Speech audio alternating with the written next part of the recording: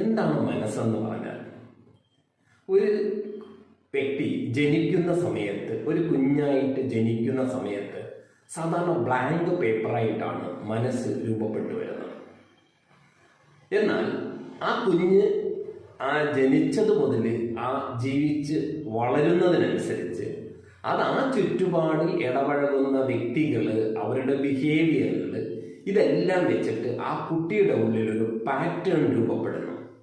ഈ പാറ്റേൺ പോസിറ്റീവായിട്ടുമാകാം, നെഗറ്റീവായിട്ടുമാകാം.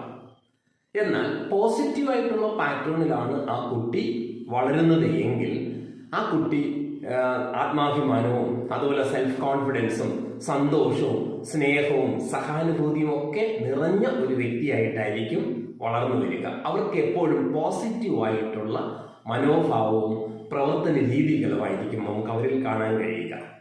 എന്നാൽ നെഗറ്റീവായിട്ടുള്ള പാറ്റേണിലാണ് ആ കുട്ടി വളർന്നു വരുന്നതെങ്കിൽ, എന്ന് പറഞ്ഞാൽ ആ കുട്ടിയെ ഭരിക്കുന്നത് ഭയം, അതേപോലെ തന്നെ നിരാശ, പിന്നെ വഴക്ക്, വെറുക്കൂത്ത് തുടങ്ങിയതായ നെഗറ്റീവായിട്ടുള്ള വികാരങ്ങളിലൂടെയാണ് ആ കുട്ടി ജനിച്ച് മുതൽ എക്സ്പീരിയൻസ് ചെയ്ത് വളർന്നു വരുന്നത് എങ്കിൽ ആ കുട്ടിയുടെ ഉള്ളിൽ സ്ട്രെസ്, അതേപോലെ തന്നെ ആങ്സൈറ്റി തുടങ്ങിയതായ പ്രോബ്ലംസുകളിലൂടെ ആയിരിക്കും വരിക.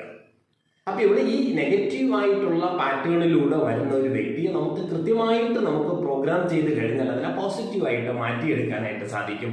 മാത്രമല്ല, പോസിറ്റീവായിട്ടുള്ള പാറ്റേണിലുള്ള ഒരു വ്യക്തിക്ക് തന്നെ കൂടുതൽ വിജയം നേടാനായിട്ട് അപ്ഗ്രേഡ് ചെയ്യണമെന്നും സാധിക്കും.